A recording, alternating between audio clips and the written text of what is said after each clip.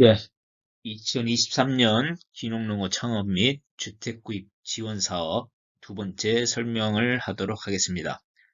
첫 번째 때는 대상자가 어떤 사람들이 되는 거고, 그 다음에 자격 요건이 어떻게 되고, 그 자금을 성격, 그 다음에 어디다 용처 이런 거에 대해서 간략하게 설명을 드렸고요.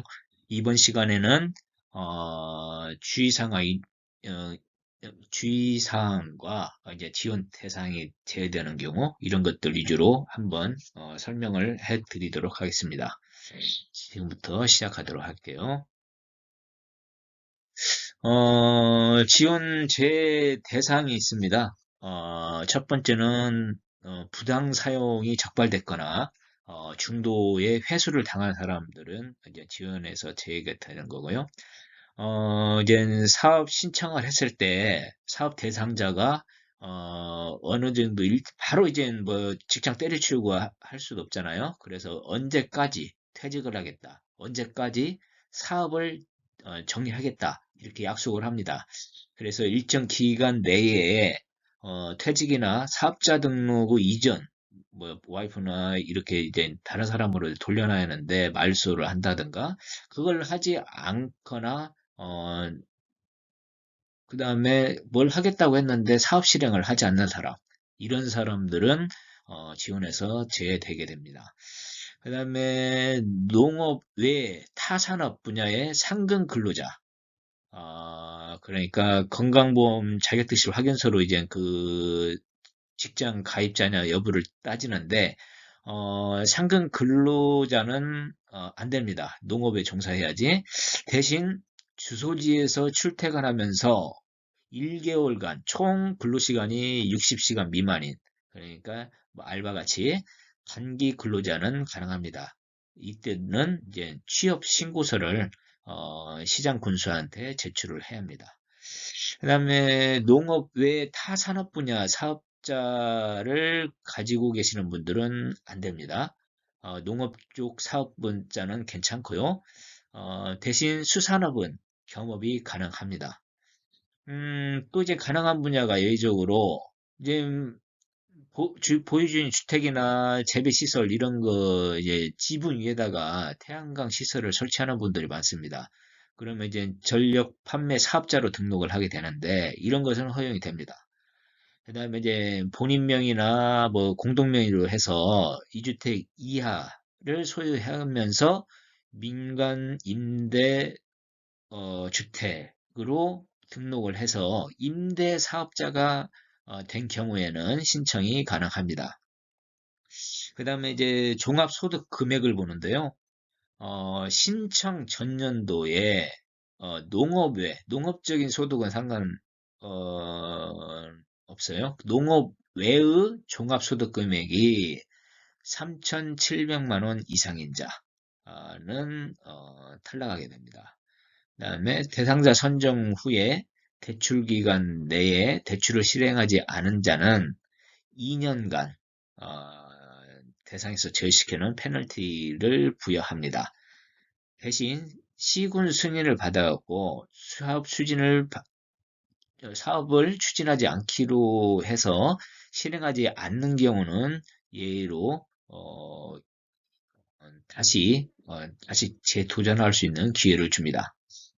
이걸 유의사항입니다. 이제 물건도 아무 물건은 안 돼요. 배우자, 본인, 뭐, 배우자 직계존비소, 그 다음에 형제자매, 소유의, 물건은 구입이 불가능합니다. 대신 그 형제자매의 경우에는 세대가 분리되어 있고, 동거하지 않는 경우에는 시장 군수의 승인을 받아서, 허용이 됩니다. 그 다음에 기존 영농시설물 구입도 가능하지만 이제 농기계를 주의하는데 중고 농기계의 경우에는 세금 계산서를 발행한 것만 인정이 됩니다. 그 다음에 경매나 공매로 해서 그 낙찰을 받아서 구입하게 되는 농지, 축사 등은 경우에도 구매 자금이 대출이 가능합니다. 그다음에 그렇지만 이제 그 아까 6차 산업 농가 레스토랑이나 이런 거 한다고, 이제 사업을 신청해서 됐는데, 그 분야에 대해서는, 농심부가, 보증 지원 대상에서 제외시킵니다. 따라서 농업 대출로만 이제 가능하다 보니까 그 금액 규모는 상당히 축소될 거라고 생각을 합니다. 업무 처리 프로세스를 보겠습니다. 가장 중요한 것은 사전에 여러분들이 개인의 신용도하고 대상 물건의 담보를 갖다가 조회를 해봐야 합니다. 농협이나 농심부를 사전에 방문해가지고 본인의 신용도하고 대상 물건의 담보력 등을 파악을 해봐서 거기에 맞춰서 설계를 해야 합니다. 이제 여러분들이 기농창업 계획서를 갖다가 작성을 합니다. 여기에서 제출 서류 중에 이제 미리 이제 급해서 매매 계약을 체결하는 분들이 있어요. 반드시 계약서에 특약 조항을 넣어서 계약 본인이 이 창업 자금을 받는데 실패해서 융자금을 받지 못할 경우에는 계약 해지가 가능하고 그때는 이 계약금 쪽으로 건 것이 위약 사항이 아니기 때문에 그 자금을 반환은 한다. 이런 식으로 규칙 사유가 나라에서 이제 그 불강력적으로 어, 대출을 받을 이 계약을 계속 유지할 수 있는 상황이 아니기 때문에 이를 갖다가 특별히 인정을 해야 한다 하는 조건으로 해서 계약금을 환수받는 규정을 반드시 집어넣어야 합니다. 그다음에 여러분들이 이제 서류 심사를 통과하면 이제 선정 심사위원회가 시군에서 구성이 됩니다. 그러면 여러분들이 심사 인터뷰를 하게 되고 거기서 이제 통과가 되면 이제 대출을 받게 되는데요. 그러면 여러분들이 대출을 실행할 때 시장군수가 이 사람은 그 자격이 있다는 걸 금융기관에다 통지를 해주는 거고, 그다음에 자금 실행을 갖다가 어, 하게 되는데 여러분들한테 직접 그 금융기관이 쏘아주는 게 아니라 소유자, 그러니까 여러분의 계약 상대방한테 직접 금융기관이 송금을 하게 됩니다. 그러면 여러분들은 이제 뭐 농지를 취득했다. 그러면 1년 이내에 농업경영체 등록을 해야 하고 그 사실을 해당 지자체에다가 통보를 해줘야 합니다. 주의사항입니다. 이것도 사업 대상자, 여러분들이 지켜야 할 의무사항이 있습니다. 대금 수령 후에 상환기간, 여기는 15년입니다.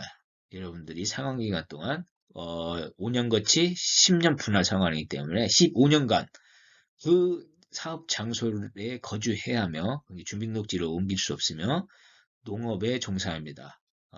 다른 사업자 등록을 농업 외의 이직종으로 사업자나 이런 걸 낼 수 없다는 겁니다. 어디 고용되어서도 안 되고요. 그다음에 이를 의무 위반하게 되면 어떤 제재 사항이냐? 주요 위반 사항을 보면 시군구 사장 승인 없이 사업장을 갖다가 팔아버린다든가, 그다음에 사업을 포기해버린다든가, 그다음에 지원받은 농지에다가 주택을 갖다가 건축할 수 없다고 했는데 뭐 집을 지어버린다든가, 타 지역으로 이탈해버린다든가. 아무튼 앞에서 다룬 자격 요건, 그 자격을 갖다가 가지고 있었기 때문에 융자를 갖다가 주는 건데 그걸 갖다가 포기한다면 당연히 위반이 되겠죠. 그랬을 때 이제 제재 사항이 뭐가 있냐? 가장 큰 것은 이제 형사고발입니다. 그다음에 대출금 매수, 뭐 이자 부과, 뭐 그다음에 이제 뭐 농리사업과 관련되는 사업에는 절대 참여할 수가 없습니다. 이 모든 것이 기농업 기촌 활성화 지원법에 근거해서 이런 페널티 조항들이 부과가 된. 오늘 이번 시간까지 이제 자금 신청과 그다음에 용도, 주의사항에 대해서 살펴봤고요. 다음 시간에는 창업자금 신청서 양식을 어떻게 작성하는지, 그다음에 제출 서류들이 뭐가 있는지 그런 서류 작성법에 대해서 말씀을 나누도록 하겠습니다. 음, 어때 고랑TV가 여러분들 만족을 시키는지 모르겠습니다. 아무튼 제가 기농기촌이나 농업 농촌과 관련된 정보들 그리고 농촌에서 뭘 해먹을 수 있으면서 생계를 유지할 수 있는지 이런 것들에 대해서 많은 내용들을 다룰 테니까요. 고랑TV 관심 가져주시고 댓글로서 많이 참여를 해주십시오. 뭐 구독, 좋아요 뭐 이런 걸 안 눌러도 좋습니다. 그거 누르는데 무슨 의미가 있겠습니까? 하지만 이 고랑TV를 통해서 여러분들 지식 수준도 늘어나고 또 사업 뭐 구상하는데도 참조가 많이 됐으면 좋겠습니다. 예, 감사합니다. 즐거운 하루 되십시오.